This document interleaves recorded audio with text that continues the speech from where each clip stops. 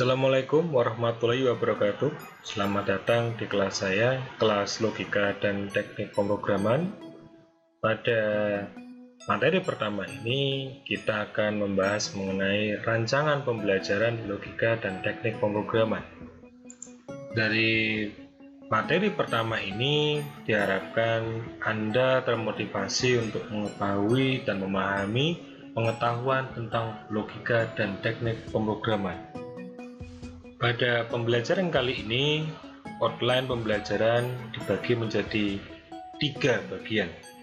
Pertama adalah perkenalan, kedua akan membahas mengenai proses pembelajaran, dan yang terakhir adalah pengenalan singkat logika dan teknik pemrograman.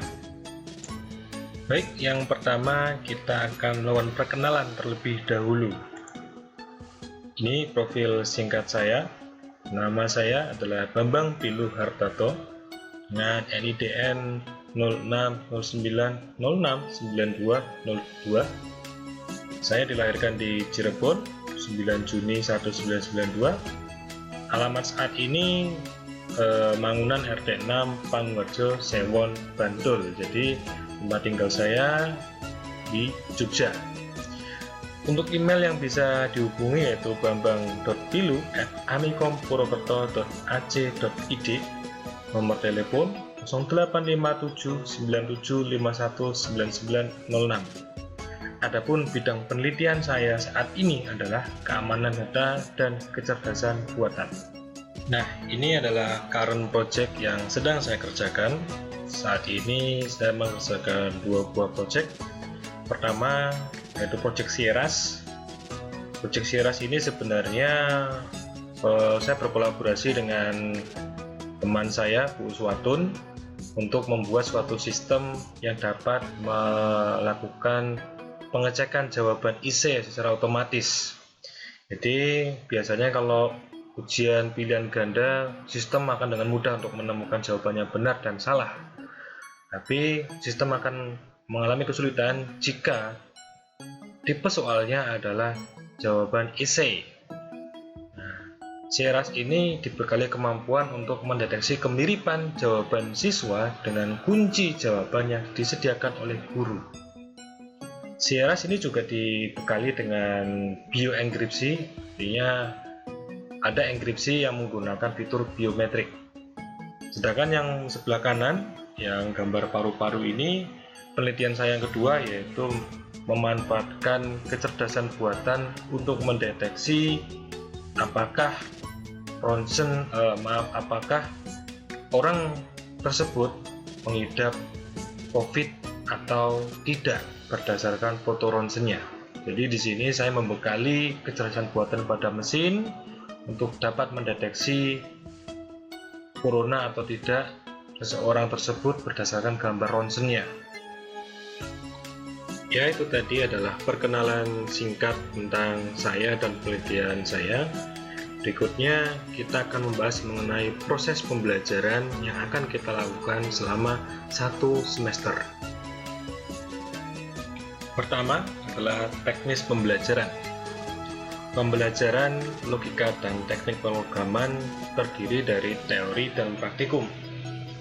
Pembelajaran akan dilaksanakan selama 16 kali pertemuan dengan rincian 14 kegiatan belajar mengajar, 7 sebelum UTS dan 7 setelah UTS, ditambah dengan 2 buah ujian yaitu UTS dan UAS. Adapun learning management system yang akan digunakan adalah kuliah online.amikompurwokerto.ac.id. Tetapi jika ada perubahan akan diberitahukan selanjutnya. Adapun mengenai jam belajar adalah sebagai berikut. Pertama, toleransi keterlambatan dosen yaitu saya dan mahasiswa adalah 15 menit dari jadwal yang telah ditentukan. Jadi misalnya kita dijadwalkan mulai pukul 8:05, tapi Anda datang pada forum pembelajaran kita pada pukul 8:21, maka hal tersebut tidak dapat saya toleransi. Anda tetap boleh mengikuti pelajaran, cuma tidak akan masuk ke presensi saya. Kedua, jika dosen tidak dapat hadir lebih dari 15 menit dari jadwal tanpa keterangan, maka kelas dikosongkan. Jadi, misalnya kita dijadwal mulai jam 8 lebih 5 menit. Tetapi hingga pukul 8 lebih 21 menit tidak ada kabar ataupun konfirmasi dari saya, maka kelas otomatis dikosongkan. Mahasiswa diperbolehkan tidak mengikuti kelas dengan membuat surat izin yang disampaikan kepada saya maksimal 1 hari sebelum pembelajaran dimulai, atau jika ada kondisi-kondisi yang bersifat emergensi baru bisa dipertimbangkan. Berikutnya penilaian. Penilaian terdiri dari 4 komponen, yaitu presensi, tugas, UTS, dan UAS. Masing-masingnya punya bobot sendiri-sendiri. Presensi 10%, tugas 20%, UTS 30%, dan UAS 40%. Artinya nilai total Anda nanti 10%-nya dipengaruhi oleh presensi, 20%-nya dipengaruhi oleh tugas, 30%-nya oleh UTS, dan 40%-nya dipengaruhi oleh UAS. Nantinya akan ada tugas, baik itu secara individu maupun kelompok, yang harus Anda kerjakan. Pengumpulan tugas dilakukan di Learning Management System yang telah saya sebutkan sebelumnya. Akan ada tugas final project yang menanti Anda nantinya. Nah, itulah tadi penjelasan mengenai metode pembelajaran yang akan kita lakukan selama 1 semester. Berikutnya, kita akan membahas mengenai pengenalan singkat mengenai logika dan teknik pemrograman. Pertama adalah tentang logika dan teknik pemrograman. Logika dan teknik pemrograman adalah mata kuliah yang fokus pada pembelajaran mengenai teknik memodelkan masalah kompleks ataupun abstrak menjadi masalah sederhana dan terstruktur, sehingga masalah tersebut dapat diselesaikan dengan mudah. Mata kuliah ini juga menitikberatkan pada pemecahan masalah secara sederhana dan terstruktur. Jadi intinya kita akan belajar mengenai bagaimana caranya menganalisis suatu masalah, mencari polanya, sehingga kita dapat melihat secara sederhana tentang masalah tersebut. Dengan demikian kita dapat menemukan solusi untuk masalah tersebut dengan mudah. Lalu mengapa mata kuliah ini begitu penting untuk dipelajari?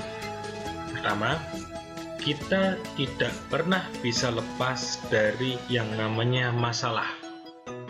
Kita selalu dihadapkan dengan masalah. Kita bangun tidur langsung mendapat masalah. Mungkin masalah harus berangkat pagi lah dan sebagainya. Tinggal bagaimana kita memecahkan masalah tersebut. Semakin jeli Anda melihat pola dasar dari masalah Anda, maka semakin sederhana solusi yang harus Anda lakukan untuk mengatasi masalah tersebut. 3. Mesin sekarang sudah menjadi asisten yang selalu melekat pada diri Anda. Ketika Anda pertama kali bangun, Anda sudah dihadapkan dengan mesin yang namanya ponsel. Nah, mesin-mesin tersebut tentu harus diprogram agar dapat menuruti atau melaksanakan perintah yang Anda berikan.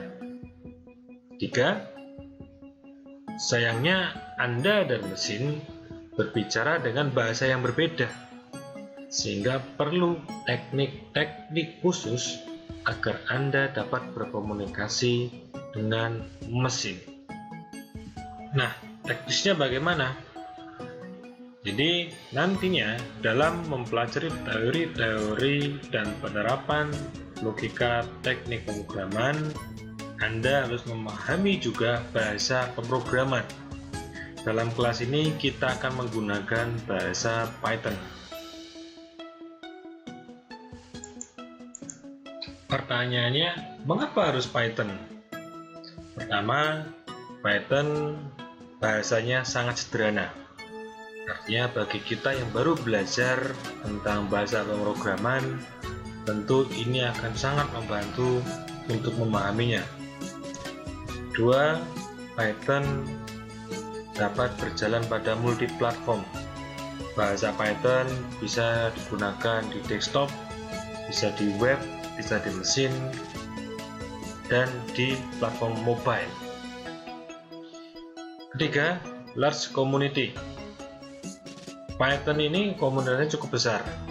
Artinya jika ada suatu masalah yang Anda hadapi, akan banyak sekali jawaban atau alternatif jawaban yang dapat Anda peroleh dari komunitas-komunitas tersebut. Intinya dukungannya sangat penuh. Terakhir yaitu human language like. Jadi Python ini bahasanya dibuat semirip mungkin seperti bahasa manusia. Jadi sintaksisnya disesuaikan dengan dialek manusia. Dengan begitu, manusia akan lebih cepat untuk mempelajari bahasa ini. Nah, setelah Anda belajar mata kuliah ini selama 1 semester, harapannya atau capaiannya yaitu Anda mampu menyelesaikan contoh-contoh kasus yang ada dengan memanfaatkan konsep logika dan teknik pemrograman dengan bahasa Python.